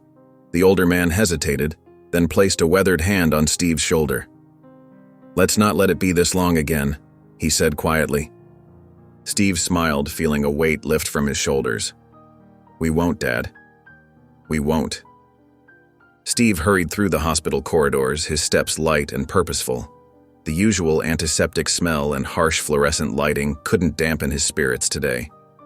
When he reached Eleanor's room, he found her sitting up in bed looking stronger than ever, with James arranging fresh flowers by her window. "There's our wandering friend," Eleanor said, her eyes twinkling. "You look different today, Steve. Lighter somehow." Steve pulled up a chair, unable to contain his smile. "I went to see my father," he began, his voice thick with emotion. "It wasn't perfect, but we talked, really talked, for the first time in years." Eleanor reached out and squeezed his hand. "Tell us everything," she encouraged. As Steve recounted the meeting, the initial awkwardness, the gradual thawing, and finally the moment of connection with his father, Eleanor listened intently, nodding at times, her face radiating joy. When he described his father's parting words, tears welled in her eyes. "This is a victory for the heart," she declared, patting his hand. "Sometimes the hardest steps are the most important ones." James stood behind his mother's chair, smiling. "Mom always says that healing happens in layers." The conversation shifted as Steve asked about the humanitarian work Eleanor had mentioned during their flight. Her face lit up as she shared stories about building schools in remote villages, organizing medical supplies for disaster-struck communities, and creating support networks for struggling families. "There was this one village in Guatemala," Eleanor recalled, her eyes distant with memory. "The children had to walk 3 hours each way to reach the nearest school. We helped build a schoolhouse right in their community. The day it opened..." She paused, touching the silver medallion around her neck. The joy on those children's faces. That's what life is really about. Steve leaned forward, fascinated. "How do you organize these projects? Where does the funding come from?" As Eleanor explained the networks of volunteers and donors she worked with, Steve's mind began racing with possibilities. His corporate experience, his connections, his understanding of efficient organization. Suddenly he saw how these skills could be used for something greater than quarterly profits. "What if," he said slowly, "there was a way to connect corporate professionals with humanitarian initiatives? A bridge between business expertise and community needs?" James straightened up, interested. "You mean like a formal program?" "Exactly," Steve nodded, growing animated. "Many professionals have skills that could benefit humanitarian projects, but they don't know where to start. With the right structure and organization..." Eleanor's eyes sparkled. "Sometimes the best ideas come from unexpected places," she said softly. "You have the experience to make something like this work, Steve." Steve pulled out his phone and began making notes, his thoughts flowing faster than he could type. Years of business planning kicked in as he outlined potential structures, networking possibilities, and implementation strategies. As the evening drew to a close, Steve stood to leave, his mind buzzing with possibilities. Eleanor watched him with quiet pride, recognizing the transformation in the man who had once been so focused solely on his own success. "Thank you," Steve said simply, looking at both Eleanor and James, "for helping me see what really matters." Steve sat cross-legged on his hotel room bed, papers scattered around him like fallen leaves. His laptop screen glowed with multiple tabs open, research on nonprofit organizations, humanitarian missions, and corporate volunteering programs. The usual business emails sat unopened in his inbox, no longer commanding his urgent attention. He scribbled another note: Bridge to Humanity, connecting business skills with humanitarian needs. The name had come to him during a sleepless night, and it felt right. It embodied everything he'd learned from Eleanor: the importance of building connections, of using one's talents to help others. Running his hands through his disheveled hair, Steve reviewed his growing list of ideas. Corporate professionals could volunteer their expertise, accounting, marketing, logistics, to support humanitarian projects. He envisioned training programs, mentorship opportunities, and hands-on volunteer experiences. His own network of business contacts could provide the initial foundation. At the hospital later that morning, Steve found James helping Eleanor with her breakfast. The morning sun streamed through the window, catching the silver threads in Eleanor's hair as she carefully managed her spoon. "James, Eleanor, I want to share something with you," Steve began, pulling out his notebook. His voice trembled slightly with nervous excitement as he outlined his vision for Bridge to Humanity. "It's a way to connect business professionals with humanitarian projects, to help people use their skills for something meaningful." James leaned forward, his eyes lighting up. "Mom's worked with dozens of organizations over the years. I could help you make those connections." He pulled out his phone, scrolling through contacts. "There's a group in Guatemala she volunteered with last year. They're always looking for professional support." Eleanor set down her spoon, her face glowing with pride. "This is exactly what the world needs, Steve. A bridge between those who have skills to share and those who need them." Steve began making calls right there in the hospital room. His first call was to Sarah Chen, a marketing executive he'd worked with on several projects. "Sarah, I have an idea I'd like to run by you." To his amazement, Sarah's enthusiasm matched his own. "We've been looking for meaningful volunteer opportunities for our team," she said. "Something more substantial than one-day events. Send me the details as soon as you have them." 2 more calls yielded similar responses. Mark from accounting offered to help develop a financial framework. Jennifer from operations suggested running a pilot program with her department. James scribbled down names and contact information from his mother's network, creating a growing web of connections between the corporate and humanitarian worlds. Eleanor watched them work, her eyes bright with unshed tears of joy. As Steve prepared to leave the hospital that evening, his notebook was filled with new notes, contacts, and possibilities. For the first time in his career, the excitement he felt wasn't about profits or promotions, it was about purpose. The familiar drive for success was still there, but it had been transformed into something deeper and more meaningful. The late afternoon sun cast a warm glow through the restaurant's windows as Steve adjusted the table settings one last time. He had chosen Mario's, an intimate Italian restaurant known for its cozy atmosphere and home-style cooking. His hands trembled slightly as he straightened the cloth napkins, betraying his nervous anticipation. Eleanor arrived first, accompanied by James. She moved slowly but steadily, her face glowing with renewed strength. She wore a powder blue dress that matched her gentle eyes and a silver necklace that caught the light. James kept a protective hand near her elbow, though she insisted she didn't need the support. "This is lovely, Steve," Eleanor said, settling into her chair with a warm smile. "Such a thoughtful way to celebrate." Before Steve could respond, he spotted his father entering the restaurant. Thomas Archer's tall frame seemed slightly stooped, his silver hair neatly combed. Wearing a sports jacket that Steve remembered from years ago, their eyes met and his father gave a small, uncertain wave. "Dad," Steve said, stepping forward to greet him. "I'm glad you could make it." The initial moments were awkward, filled with polite small talk and careful movements. Eleanor, however, seemed to sense the tension and did what she did best. She began to share stories. Her eyes twinkled as she described a mishap during one of her humanitarian trips, involving a stubborn donkey and a cart full of medical supplies.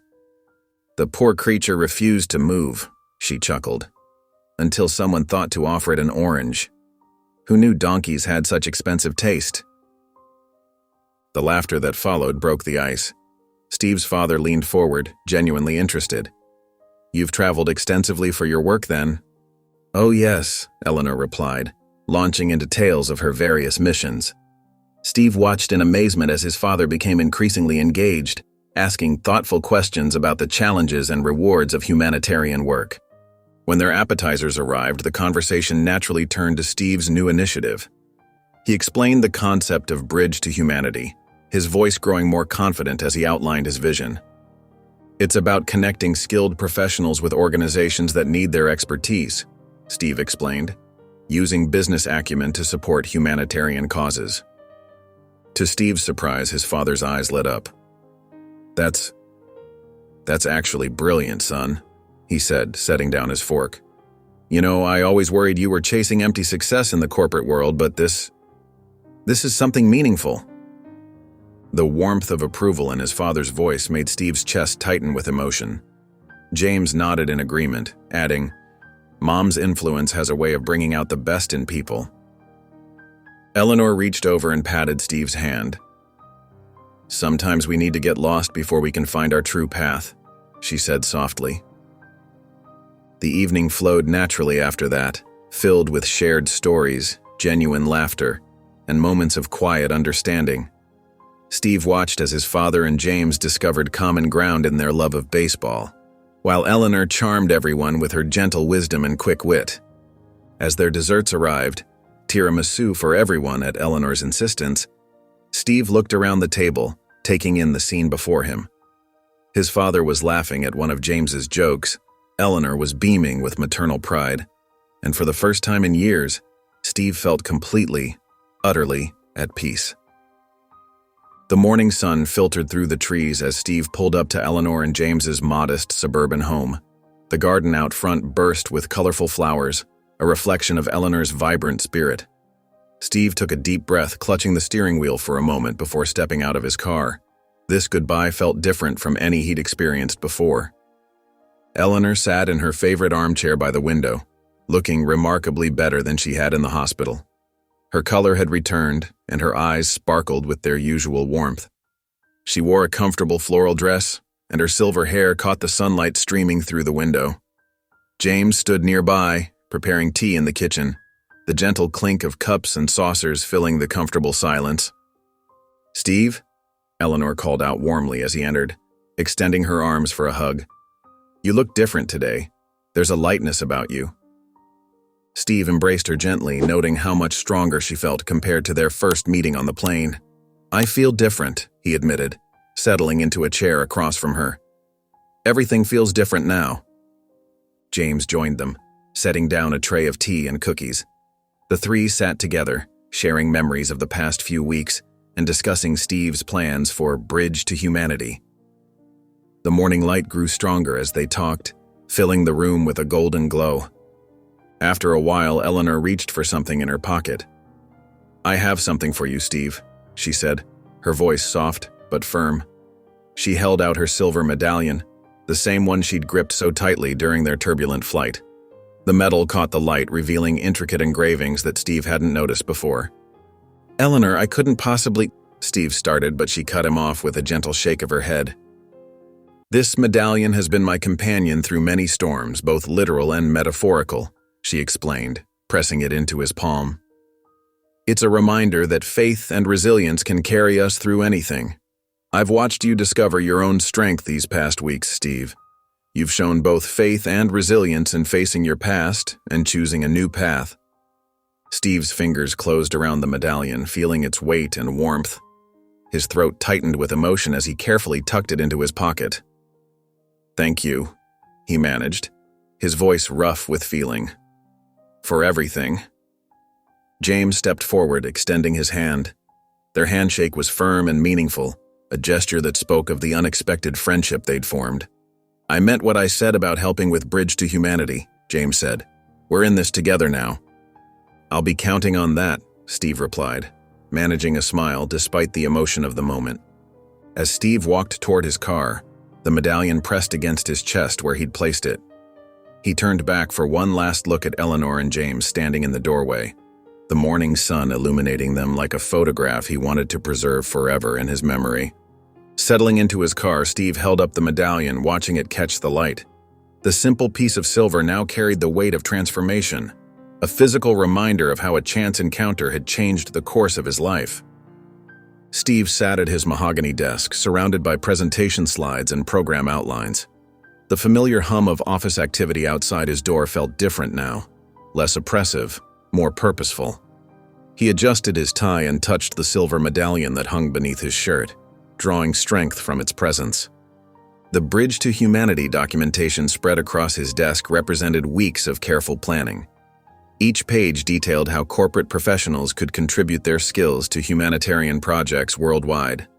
Steve had poured everything he'd learned from Eleanor's stories into the framework, ensuring it would create meaningful connections between business expertise and community needs. His assistant poked her head in. "The conference hall is ready, Mr. Archer. They're expecting about 200 attendees." Steve nodded, gathering his materials. His hands trembled slightly as he collected the folders, not from fear but from anticipation. This moment felt more significant than any corporate merger or acquisition he'd ever handled. The conference hall buzzed with energy as Steve took the stage. Familiar faces filled the rows, CEOs, managing directors, and influential business leaders he'd worked with over the years. The spotlights felt warm on his face as he adjusted the microphone. "A few weeks ago," he began, his voice steady and clear, "I met someone who changed my life. Her name is Eleanor Woods." He touched the medallion through his shirt, drawing strength from it. "She taught me that success isn't measured by profit margins or market share, but by the lives we touch and the difference we make." As Steve shared Eleanor's story, her resilience as a widow, her dedication to helping others despite her own struggles, her unwavering compassion, he watched his audience lean forward in their seats. He described the flight where they'd met, his initial irritation, and how that chance encounter had transformed his perspective on what truly mattered in life. "Bridge to Humanity isn't just another corporate social responsibility program," he continued, his voice growing passionate. "It's a chance for us to use our skills, our resources, and our influence to create real change. Eleanor showed me that every one of us has the power to make a difference. Today, I'm asking you to join me in building these bridges." The presentation concluded with detailed plans for matching corporate volunteers with humanitarian projects, complete with implementation timelines and support structures. As Steve finished speaking, the room erupted in applause. During the networking session that followed, pledge forms filled up quickly as attendees committed resources, time, and expertise to the initiative. One CEO approached Steve with tears in her eyes. "Your speech reminded me of my own mother," she said, signing a substantial pledge. "We get so caught up in the corporate race that we forget what really matters." By the end of the event, Bridge to Humanity had secured enough funding and support to launch its first 3 projects. Steve stood at the podium, watching the last attendees file out, their excited chatter echoing through the hall. He reached for Eleanor's medallion, holding it tightly in his palm. The metal felt warm against his skin, like a quiet reminder of the path he'd chosen. Steve sat in his home office, the warm glow of his desk lamp casting a gentle light over the scattered photographs from the Bridge to Humanity launch event. His fingers traced the edges of a particularly striking image, a group shot of corporate executives eagerly signing up for volunteer positions. The excitement in their eyes reminded him of his own transformation. He picked up his phone, scrolling through dozens of messages from attendees. "Your story moved me to tears," one read. "I never realized how much impact we could have," said another. Each message reinforced that he wasn't alone in wanting to make a difference. The silver medallion caught the lamplight as Steve leaned back in his chair. Its familiar weight against his chest had become a source of comfort, a constant reminder of Eleanor's wisdom. He found himself touching it whenever he needed to make important decisions, almost as if channeling her gentle guidance. Reaching for his phone again, Steve dialed his mother's number. The line rang several times before her surprised voice answered. "Stephen? Is everything all right?" The concern in her tone made him realize how rare his calls had become. "Everything's great, Mom. I just wanted to hear your voice." The conversation flowed easier than he expected. He told her about Eleanor, about the initiative, about his reconciliation with Dad. His mother listened, occasionally sniffling with emotion as he shared his journey. Later that evening, Steve called his old college roommate, Mark, who had been trying to arrange a get-together for months. Instead of his usual excuses about work commitments, Steve suggested meeting for dinner that weekend. Mark's momentary silence spoke volumes about how unexpected this was.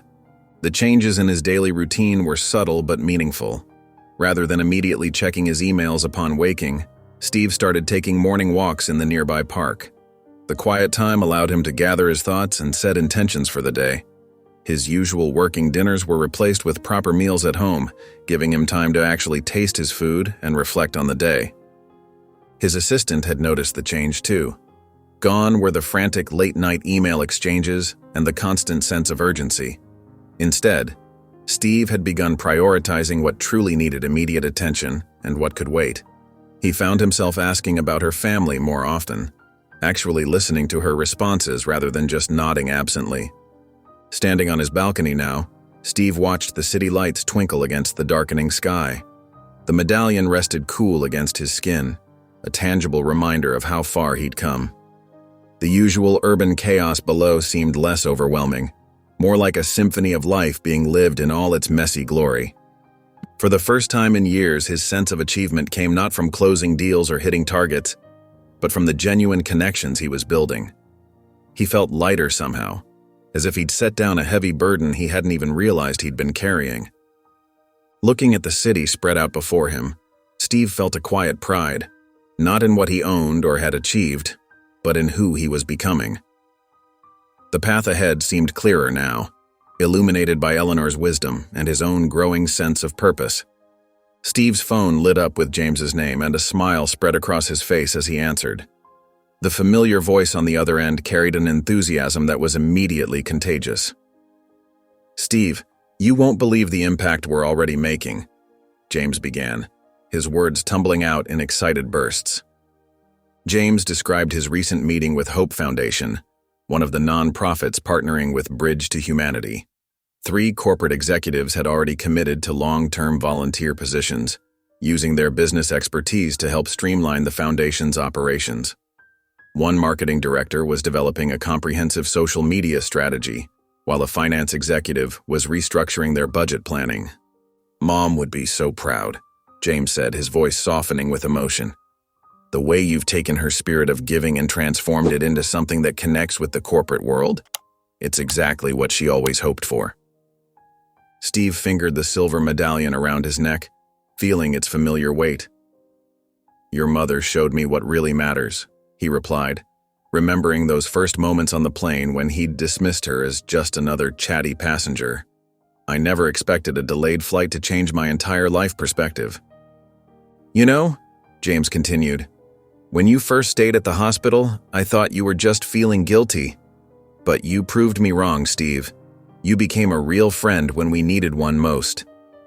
Steve leaned back in his chair, looking at the wall of photographs he'd recently hung, snapshots of the initiative's launch event mixed with personal photos, including one of him, James, and Eleanor at the celebration dinner.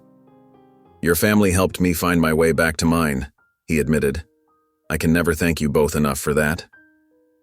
Their conversation shifted to future plans for Bridge to Humanity. James had ideas about expanding into smaller communities, perhaps creating a mentorship program that would pair experienced volunteers with local organizations.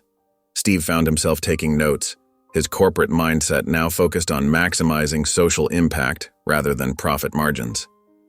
"We could organize quarterly meetups," James suggested, "where volunteers share their experiences and inspire others to join. Maybe even have Eleanor speak when she's feeling up to it." As they discussed logistics and possibilities, Steve felt the familiar surge of excitement that now came with his work. It was different from the adrenaline rush of closing deals or hitting targets. This was deeper, more fulfilling. After ending the call, Steve sat quietly at his desk, holding Eleanor's medallion. The small silver disc caught the light, reminding him of how far he'd come from that frustrated executive on a turbulent flight. He closed his eyes, feeling profound gratitude for the unexpected detour his life had taken. The autumn sun cast long shadows across the parking lot as Steve pulled up to the Hope Foundation's community center. The modest brick building, with its weathered sign and small garden out front, looked nothing like the sleek corporate offices he was used to. Yet something about its humble appearance made him smile. Inside, the center buzzed with activity. Volunteers moved purposefully through the halls, carrying supplies and chatting with clients. Sarah Chen, the center's director, greeted Steve with a warm handshake. "We can't thank you enough for Bridge to Humanity," she said, leading him through the facility. "It's transformed how we operate." In the main activity room, Steve met Marcus, a former marketing executive who now spent his afternoons teaching computer skills to job seekers. "I never thought I'd find such fulfillment teaching basic Excel," Marcus admitted, his eyes bright with enthusiasm. "But seeing someone's face light up when they master a new skill, it's incredible." In the next room, Linda, a retired CFO, was reviewing budget strategies with the center's staff. She paused her presentation to share her story with Steve. "I spent 30 years chasing profits," she said, adjusting her reading glasses. "Now I'm helping people manage their household budgets and start small businesses. It feels like I'm finally using my skills for something meaningful." The stories continued as Steve toured the facility. Each volunteer he met shared how the program had opened their eyes to new possibilities. A human resources specialist described helping refugees prepare for job interviews. An IT professional talked about setting up computer literacy programs for seniors. In the center's small library, Steve met James Thompson, a former sales director whose story particularly moved him. "I was burned out, questioning everything," James explained, gesturing to the reading circle he'd created for neighborhood children. "But these kids, they reminded me what really matters. Now I spend my afternoons reading stories and helping with homework. My corporate skills actually help me organize better reading programs and track student progress." Steve watched as children filtered into the library, greeting James with excited waves and bright smiles. The scene touched something deep within him, reminding him of Eleanor's words about the importance of human connection. Standing in the doorway, Steve fingered the silver medallion around his neck.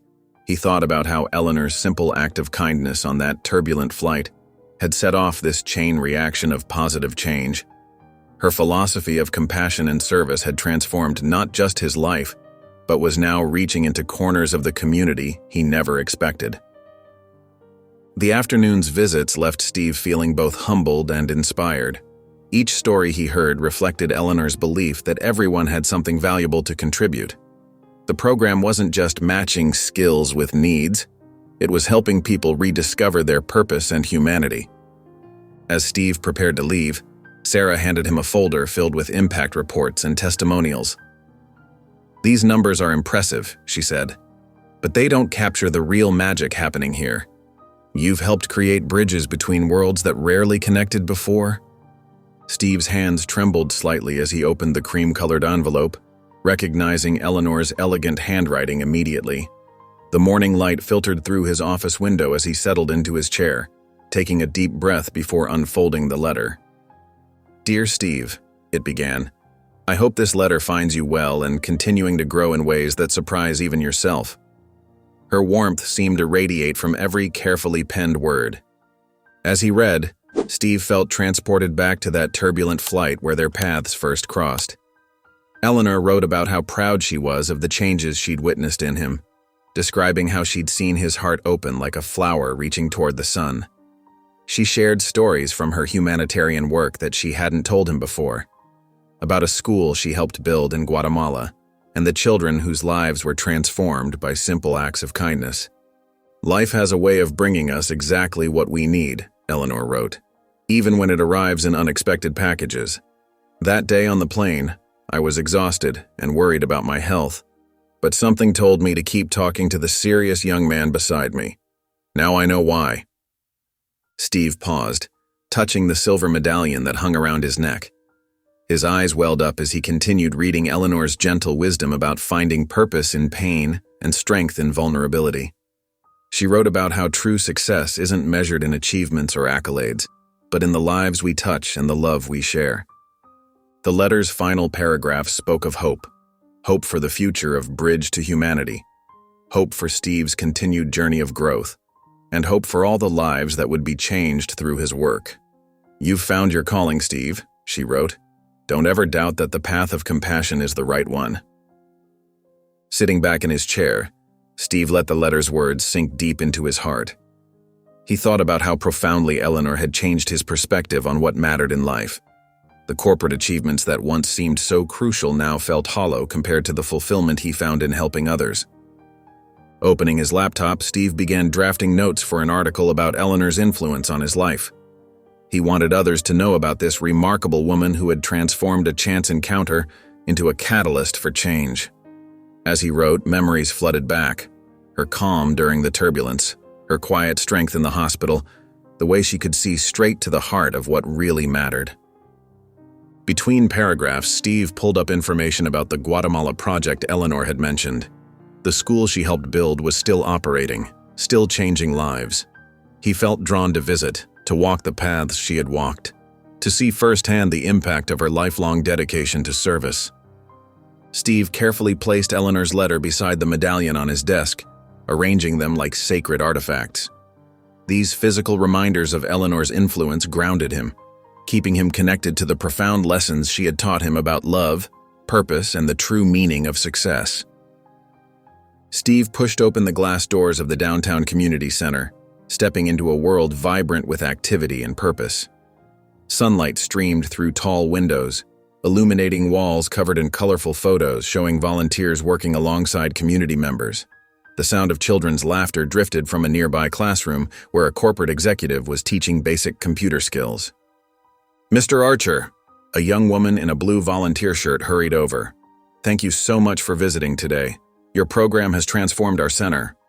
Steve smiled warmly, remembering how different his reactions to people used to be. Just months ago, he would have brushed past with barely a nod, too focused on his next meeting or deadline. Now, he took time to chat with the volunteer, asking about her experiences and the center's needs. As he toured the facility, more staff and volunteers approached to share their stories. A retired accountant described teaching financial literacy classes to single mothers. A marketing executive talked about helping local artists promote their work. Each conversation reinforced that Bridge to Humanity was making real change in people's lives. Turning a corner, Steve stopped abruptly. There on the wall hung a bronze plaque that made his heart skip a beat. Under soft lighting, Eleanor Woods' name was etched in elegant script, alongside words that captured her essence perfectly. One small act of kindness can create waves of change. Steve's fingers instinctively found the silver medallion he still wore around his neck. The memory of Eleanor's trembling hands during that turbulent flight flooded back. How she'd shown such courage, despite her own fears, reaching out to comfort others even as she clutched this very medallion. A group of new volunteers gathered for orientation noticed Steve standing there and asked if he would share a few words. He agreed, and soon found himself facing an attentive audience in the center's main hall. "The woman honored on that plaque," Steve began, his voice soft but clear, "changed my life during a 2-hour flight when I was too busy being important to be kind." He shared the story of meeting Eleanor, describing how her wisdom and grace had sparked a transformation he never expected. The volunteers leaned forward as Steve described Eleanor's lifetime of service, her resilience after losing her husband, and her unwavering belief in the power of human connection. He talked about her heart condition and how even that couldn't stop her from flying across the country to comfort strangers in need. "What you're doing here," Steve gestured to the bustling center around them, "is Eleanor's legacy in action. Every time you choose to give your time and talents to others, you're creating those waves of change she believed in so deeply." Standing in the center of the room, surrounded by people eager to make a difference, Steve felt the full weight of how far he'd come from that irritable executive who once saw Eleanor as nothing more than an inconvenience. The community center hummed with purpose and possibility, a living testament to Eleanor's belief that every act of kindness mattered. Steve pulled into the community center's parking lot, his car trunk filled with art supplies and educational materials. Gone was his crisp business suit, replaced by comfortable jeans and a casual button-down shirt. The morning sun cast long shadows across the pavement as he gathered the supplies, feeling more at peace than he had in years. Inside, the center hummed with activity.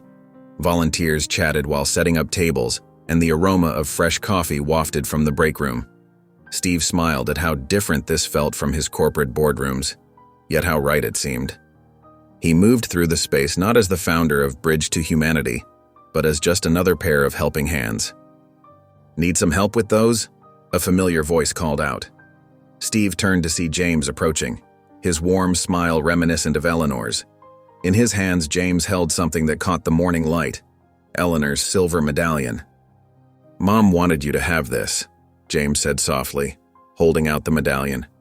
"She told me before. She said it belonged with someone who understood its meaning." His voice caught slightly on the words. Steve set down the supplies and accepted the medallion with trembling hands. The metal felt warm against his palm, carrying with it the weight of Eleanor's legacy. "James, I can't," she insisted. James interrupted gently. "She said you needed it as a reminder that her faith in you never wavered." Steve slipped the chain over his head, the medallion settling against his chest like it had always belonged there. Together, they began unpacking the supplies, falling into an easy rhythm of cooperation. Throughout the day, they worked side by side with other volunteers, helping children with art projects and assisting elderly residents with computer basics. Between activities, they shared stories about Eleanor, her quick wit, her infectious laugh, the way she could diffuse any tension with just the right words. "Remember how she handled that flight attendant who was having a rough day?" James chuckled, organizing a shelf of books. Within 5 minutes, she had the poor woman laughing and sharing pictures of her grandkids. Steve nodded, smiling at the memory. She had this way of seeing right through to what people needed, didn't she?